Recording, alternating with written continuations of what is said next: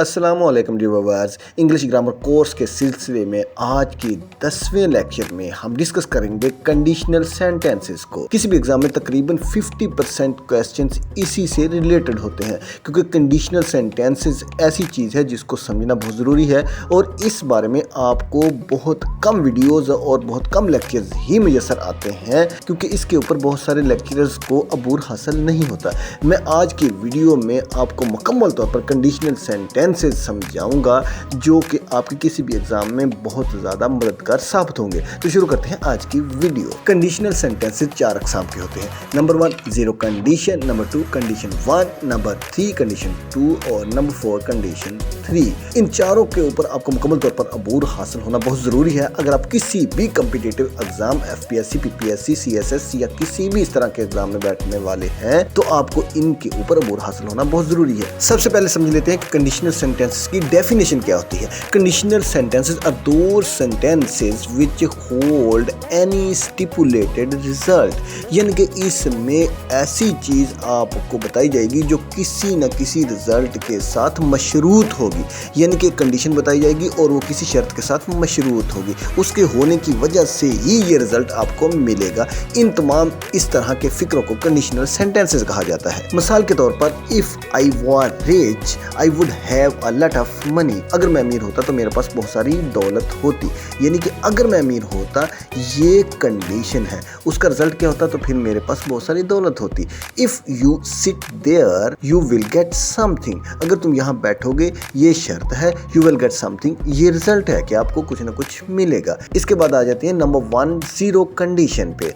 Zero condition की definition ये है, all those sentences comes in zero condition where we knew about the stipulation as well as result. ऐसे फिक्रे जिनमें हमें शर्त और नतीजा दोनों मालूम हो वो तमाम फिक्रे जीरो कंडीशन में आते हैं। इन फिक्रों में आम तौर पर यूनिवर्सल ट्रूथ, प्रूवन फैक्ट्स और साइंटिफिक फैक्ट्स वाले फिक्रे शामिल किए जाते हैं, यानी कि वो ऐसी चीज़ें होती हैं जो कभी भी चेंज नहीं हो सकती, प्रूवन होती हैं या यूनिवर्सल होती हैं। इसकी एक्सप्लेनेशन मैं आपके सामने बयान कर देता हूँ कि ये फिक्रे को किस तरीके से आप पहचान सकते हैं। इसमें सबसे पहले इफ़ या व्हेन का कंजंक्शन आएगा, इसको हम कंडीशनल वर्ड भी कहते हैं। उसके बाद सब्जेक्ट और प्रेजेंट इंडेफिनिट का क्लास आपके सामने आ जाएगा। इसके बाद कॉमा होगा, उसके बाद फिर सब्जेक्ट और फिर प्रेजेंट इंडेफिनिट आ जाएगा, यानी कि पहले आपको कंजंक्शन कंडीशनल वर्ड मिलेगा, उसके बाद का हिस्सा स्टिपुलेशन होगी यानी कि शर्त होगी, और आखिर में आपको उस चीज़ का रिजल्ट बता दिया जाएगा कि अगर आपने ये शर्त पूरी की तो आपको ये रिजल्ट हासिल होगा। इसकी एग्जांपल ये है, if I stand under sun for long time my skin gets burned, यानी कि मैं अगर बहुत देर तक सूरज की रोशनी में खड़ा रहूंगा तो मेरी जिल्द जल जाएगी। और इसकी दूसरी मिसाल यह है कि when you throw this pebble up it falls down, जब आप पत्थर ऊपर की तरफ फेंकेंगे तो वो हमेशा नीचे ही गिरेगा। If you boil water your water evaporates, अगर आप पानी को उबालेंगे तो वो बुखारात बनकर उड़ जाएगा। इन एग्जांपल्स में सबसे पहली एग्जांपल प्रूवन फैक्ट से रिलेटेड है, दूसरी एग्जांपल साइंटिफिक फैक्ट से रिलेटेड है और तीसरी यूनिवर्सल ट्रूथ से रिलेटेड एग्जांपल है। इसके बाद दूसरे नंबर पर आ जाता है जी कंडीशन 1। इसकी डेफिनेशन ये है कि all those sentences comes in condition 1 where we knew about the stipulation as well as result। इसमें भी आप शर्त और नतीजे को जानते हैं। ऐसे फिक्रे जिनमें हमें शर्त और नतीजा दोनों मालूम हो वो तमाम फिक्रे कंडीशन 1 में आते हैं। इन फिक्रों में आमतौर पर नतीजा शर्त मुकम्मल होने पर ही मुमकिन होता है। इसकी एक्सप्लेनेशन में आपको समझ आ जाएगा कि कंडीशन 1 के सेंटेंसेस किस तरह डिफर करते हैं कंडीशन 0 से। इसमें सिर्फ इतना ही डिफरेंस है कि जो रिजल्ट होगा आपका फ्यूचर इंडेफिनिट में होगा, जबकि कंडीशन 0 में आपका रिजल्ट प्रेजेंट इंडेफिनिट में ही आ रहा था, लेकिन यहाँ पर आपका रिजल्ट फ्यूचर इंडेफिनिट में आ रहा होगा। बस इतना ही फर्क है इसमें। इफ़ व्हेन आपका कंडीशनल वर्ड आ जाएगा, सब्जेक्ट के साथ प्रेजेंट इंडेफिनिट स्टिपुलेशन आ जाएगी, इसके बाद सब्जेक्ट और फ्यूचर इंडेफिनिट आपका रिजल्ट आ जाएगा। इसकी एग्जांपल ये है, if you come here comma I will teach you English. अगर आप इधर आते हैं तो मैं आपको इंग्लिश पढ़ाऊंगा। व्हेन ही मीट्स मी, जब वो मुझसे मिलता है, I will tell him everything, तो मैं उसे सब कुछ बता दूंगा। और इसकी तीसरी एग्जाम्पल इन दोनों से डिफर करती है। ये फिक्रा इस तरीके से भी पूछा जा सकता है, I hope that you will be fine, मैं उम्मीद करता हूँ कि आप ठीक होंगे। इस एग्जाम्पल में भी प्रेजेंट इंडेफिनिट के क्लास को कंजंक्शन के जरिए फ्यूचर इंडेफिनिट के क्लास के साथ जोड़ा गया है। इस तरह का भी आपको सवाल दे दिया जाएगा और नीचे चारों ऑप्शन दे दिए जाएंगे कि ये कौन सी कंडीशन है, आपने इसको पहचानना है। तमाम क्वेश्चंस आपको इसी तरह दिए जाएंगे, आपने ये बात ज़हन में रखनी है जो मैंने एक्सप्लेनेशन में बताई है। उसके बाद नंबर 3 पर आ जाता है ये कंडीशन 2। इसकी डेफिनेशन ये है कि all those sentences comes in condition 2 where we suppose about the stipulation as well as result. इसमें फ़र्क यही है कि आप इसमें मफरूज़ा कायम करते हैं उस शर्त के साथ नतीजे का। ऐसे फिक्रे जिनमें हम शर्त और नतीजा दोनों फ़र्ज कर लेते हैं वो तमाम फिक्रे कंडीशन 2 में आते हैं, मगर इन फिक्रों में पहले हिस्से में वार और दूसरे हिस्से में वुड इस्तेमाल किया जाएगा। ये इसकी पहचान है। ऐसे फिक्रे जो पहले फिक्रे में वार का इस्तेमाल किया गया हो और दूसरे हिस्से में वुड का इस्तेमाल किया गया हो तो वो तमाम कंडीशन 2 के सेंटेंसेस होंगे। इन फिक्रों में वार और वुड के इस्तेमाल के बावजूद बात मौजूदा वक्त की हो रही होती है। ये समझने वाली बात है कि आप बात उस वक्त भी अपने मौजूदा वक्त की कर रहे होते हैं, लेकिन वो रिलेट कर रही होती है आपके गुजरे हुए वक्त के साथ। तो आपने वुड और वार को ज़हन में रखना है, ये कंडीशन 2 की निशानी है। आगे आ जाते हैं जी इस कंडीशन 2 की काइंड्स या टाइप्स की तरफ। इसकी 3 काइंड्स हैं, state of mind number 1, state of position number 2 और स्टेट ऑफ एक्शन नंबर 3। ये 3 अक़साम की काइंड्स या टाइप्स के सेंटेंसेस हो सकते हैं जो कंडीशन 2 में आते हैं। इसकी एक्सप्लेनेशन सबसे पहले हम कर लेते हैं स्टेट ऑफ माइंड की। स्टेट ऑफ माइंड में आपका इसी तरह ही सेंटेंस शुरू होगा इफ से और सब्जेक्ट के साथ वार लगा होगा, उसके बाद कॉमा और उसके बाद फिर सब्जेक्ट के साथ वुड या वुड बी का इस्तेमाल किया जाएगा, जबकि वर्ब की पहली फॉर्म और ऑब्जेक्ट इस्तेमाल होगा। यानी कि पहले कंडीशनल वर्ड, उसके बाद स्टिपुलेशन और उसके बाद रिजल्ट। स्टिपुलेशन में वार का इस्तेमाल होगा और रिजल्ट वाले क्लास में वुड बी के साथ वर्ब की पहली फॉर्म यूज की जाएगी। इसकी एग्जांपल ये है कि if I were a thief comma I would steel your money, अगर मैं चोर होता तो तुम्हारी दौलत चुरा लेता। If I were a thief comma police would be beating मी, अगर मैं चोर होता तो पुलिस मुझे मार रही होती। If I were rich I would have a lot of money, अगर मैं अमीर होता तो मेरे पास बहुत सारी दौलत होती। इसको हम स्टेट ऑफ माइंड के साथ इस काइंड के अंदर डालेंगे इन तमाम फिक्रों को। और इसके बाद नंबर 2 पर आ जाता है स्टेट ऑफ पोजेशन। इसका फार्मूला ये है कि इफ के साथ सब्जेक्ट और सब्जेक्ट के साथ हैड का इस्तेमाल किया जाएगा और रिजल्ट में उसी तरह वुड और वर्ब की पहली फॉर्म यूज होगी। इसमें सिर्फ और सिर्फ स्टिपुलेशन में हैड का इस्तेमाल किया जाएगा वर की जगह। वर भी माजी था, हैड भी माजी है। इसकी एग्जांपल यह है कि इफ आई हैड मनी, अगर मेरे पास दौलत होती, आई वुड हेल्प यू, मैं तुम्हारी मदद करता।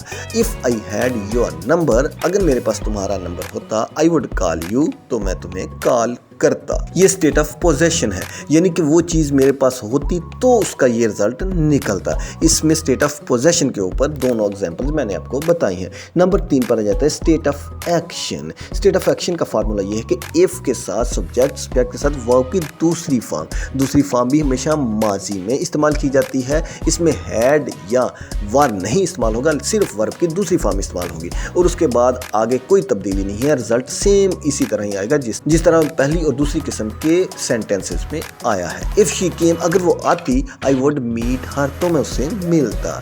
इफ इट रेन, अगर बारिश होती, I would take a bath, तो मैं नहाता। इसमें भी आपने ये जहन में रखनी है चीज कि स्टिपुलेशन में आपके पास कोई भी हेल्पिंग वर्ब नहीं होगा, ना हैड ना वर, लेकिन वर्ब की दूसरी फॉर्म यूज की गई होगी और रिजल्ट में वो सेम तीनों में एक ही तरह के आपको फ्रेजेस या क्लासेस दिए जाएंगे। लेकिन इसके साथ ये नोट याद करना बहुत ही जरूरी है क्योंकि इसमें बहुत सारे सवाल इसी नोट में से आएंगे। इसमें क्या किया जाएगा, इसमें आपसे पूछा जाएगा कि पास्ट सिंपल के साथ कंजंक्शन लगा के पास्ट कंटिन्यूअस के साथ आपका फिक्रा मुकम्मल किया जाएगा। मसलन he told me that he was coming, उसने मुझे बताया कि वो आ रहा था। ये बिल्कुल सही फिक्रा है, लेकिन आपने माजी की बात प्रेजेंट में करनी है तो आप वहां पर यूज करेंगे उसको प्रेजेंट के साथ। जैसे उसकी मिसाल ये है कि पास्ट सिंपल के साथ कंजंक्शन लगाएंगे और आप प्रेजेंट कंटिन्यूअस लगा देंगे। He told me that he is coming, उसने मुझे बताया कि वो आ रहा है। और इस तरह आपको फिक्रा दे दिया जाएगा और उसके साथ पूछा जाएगा ये ट्रू है या फॉल्स। तो आपने हमेशा याद रखना है कि जब भी दूसरी फॉर्म यूज़ हो गई है, जैसे टोल्ड यूज़ हुई है, टेल के बाद टोल्ड, तो आपने देखना है कि आगे कभी भी प्रेजेंट नहीं आएगा, या तो वुड आएगा। अगर वुड नहीं आता तो फिर पास्ट ही यूज़ होगा कंटिन्यूस में भी। आपको इस तरह के सवाल लाजमी पूछे जाएंगे, ये आपने हमेशा याद रखना है। उसके बाद आगे आ जाता है जी नंबर 4, कंडीशन 3 जिसको कहा जाता है। इसकी डेफिनेशन ये है कि all those sentences comes in condition 3 where we knew about the stipulation as well as result but these sentences have relation with past. ये ऐसे फिक्रे होंगे जिसमें आपको नतीजा और शर्त दोनों मालूम होंगी, लेकिन इन फिक्रों का बिल्कुल क्लियर रिलेशन बनेगा पास्ट के साथ, यानी कि माजी के साथ। Secondly, these sentences explain about sadness और हार्ड लक्स विच मे हैपन्स। इन फिक्रों में अक्सर किसी बात पर अफसोस या पछतावे की तरफ इशारा किया गया होगा। ये कंडीशन 3 की निशानी है। इसमें या किसी चीज़ के ऊपर अफसोस किया जा रहा होगा या किसी भी चीज़ के होने या ना होने के पछतावे के बारे में बात की जा रही होगी। इनके एक्सप्लेनेशन में ये बात समझना आपको बहुत ज़रूरी है कि इन फिक्रों में पहला हिस्सा जो होगा, जिसको हम स्टिपुलेटेड फ्रेज या क्लास कहेंगे, उसमें हैड बीन, हैड, या सिर्फ हैड, इन 3 चीज़ों का इस्तेमाल लाजमी होगा। और दूसरे हिस्से में वुड, जिस तरह पहले कंडीशन 2 में यूज़ हो रहा था, यहाँ पे वुड हैव कंडीशन 3 में यूज़ होगा। सिर्फ इतना ही डिफरेंस है। इन फिक्रों में ये बात आपने याद रखनी है कि हैड बीन, हैड या हैड इस्तेमाल होने के बावजूद और वुड हैव इस्तेमाल होने के बावजूद ये तमाम फिक्रे मौजूदा वक़्त के बारे में ही बात कर रहे होंगे। इन फिक्रों में आपने हैड को सामने रखते हुए ये नहीं सोचना कि ये माजी की बात है। माजी से रिलेशन ज़रूर होगा, लेकिन बात आप प्रेजेंट में ही कर रहे होंगे। इसकी मजीद आगे काइंड्स आ जाती हैं, सेम इसी तरह जिस तरह कंडीशन 2 में 3 काइंड्स हैं, इसकी भी 3 काइंड्स हैं। पहली काइंड की एक्सप्लेनेशन पे बात कर लेते हैं, स्टेट ऑफ माइंड। इसमें क्या होगा, इफ के साथ सब्जेक्ट और हैड बीन यूज होगा। याद रखें, कंडीशन 1 जिसमें स्टेट ऑफ माइंड के बारे में बात होगी, उसमें हैड बीन यूज होगा और आगे वुड हैव के साथ वर्ब की तीसरी फॉर्म यूज की जाएगी रिजल्ट में। स्टिपुलेशन में हैड बीन और रिजल्ट में वुड हैव के साथ वर्ब की तीसरी फॉर्म। इसकी एग्जांपल यह है कि if I had been with him I would have died. अगर मैं उसके साथ होता तो मैं मर गया होता। इसकी दूसरी एग्जांपल है जी, if I had been in that car I would have talk to him, यानी कि अगर मैं उस कार में मौजूद होता तो मैं उससे बात कर सकता। उसके बाद दूसरे नंबर पर आ जाता है state of possession. State of possession में ये डिफरेंस है कि कंडीशनल वर्ड के बाद स्टिपुलेशन का पार्ट जो होगा उसमें सब्जेक्ट के बाद हैड 2 बार इस्तेमाल किया जाएगा। ये बहुत ही यूनिक सेंटेंस होते हैं, आप देखकर हैरान हो जाएंगे और आपको एग्जाम में यही पूछे जाएंगे कि इनमें 2 बार हैड इस्तेमाल हुआ है और आगे वुड हैव के साथ वर्ब की तीसरी फॉर्म रिजल्ट में लगेगी और उसमें कोई चेंजिंग नहीं होगी। If I had money that day I would have helped him। अगर उस दिन मेरे पास दौलत होती, एक हैड दौलत के होने के लिए है, मलकियत ज़ाहिर करने के लिए है, पोजेशन के लिए है, और दूसरा हैड उस ज़माने को ज़ाहिर कर रहा है जो मैं इस फ्रेज में बता रहा हूँ। I would have helped him, तो मैं उसकी मदद करता। If I had his number that time, अगर मेरे पास उसका नंबर मौजूद होता, पहला हैड पोजेशन के लिए आ जाता है, दूसरा हैड सेंटेंस के साथ हेल्पिंग वर्ब है। आई वुड हैव इनवाइटेड हिम, तो मैं उसे दावत देता। उसके बाद तीसरे नंबर पर आ जाता है state of action. State of action में ये फ़र्क है कि इसमें सिंपल हैड लगेगा, ना हैड बीन लगेगा, ना हैड लगेगा। इसमें स्टिपुलेशन पार्ट में सिर्फ हैड लगेगा और आगे सेम बिल्कुल इसी तरह पहले 2 कंडीशन में जिस तरह रिजल्ट में लगाया गया है, इसी तरह इसमें भी लगेगा। For example, if you had called me I would have responded you, यानी कि अगर मुझे आप कॉल करते तो मैं आपको जवाब देता। If I had gone to Lahore, अगर मैं लाहौर जाता, I would have seen Badshahi mosque, तो मैं बादशाही मास्क लाजमी देखता। तो ये तमाम हो गई जी इसकी स्टेट ऑफ एक्शन की एग्जाम्पल्स। आज के सिलेक्शन में हमने कंडीशनल सेंटेंसेस को डिस्कस किया। नंबर 1 पर 0 कंडीशन, नंबर 2 पर कंडीशन 1, नंबर 3 पर कंडीशन 2 और नंबर 4 पर कंडीशन 3। इसको हमने आज मुकम्मल तौर पर डिस्कस किया। एग्जामिनेशन के पॉइंट ऑफ व्यू से मैंने आपके सामने इसकी एक्सप्लेनेशन की और एग्जाम्पल्स भी आपको बताई। ये तमाम चीज़ें आपने किसी भी कम्पिटिटिव एग्जाम में जाने से पहले लाजमी मेमोराइज करनी है ताकि आप अच्छे नंबर हासिल करें। इस तरह की मुकम्मल ग्रामर सीखने के लिए मेरे चैनल को लाजमी सब्सक्राइब करें, क्योंकि मेरे चैनल पर एक प्लेलिस्ट में मुकम्मल ग्रामर के लेक्चर्स मौजूद हैं जो आपको किसी भी एग्जाम की तैयारी में मददगार साबित हो सकते हैं। मेरी वीडियो को देखने और लाइक करने का बहुत शुक्रिया। अल्लाह हाफ़िज़, बाय बाय।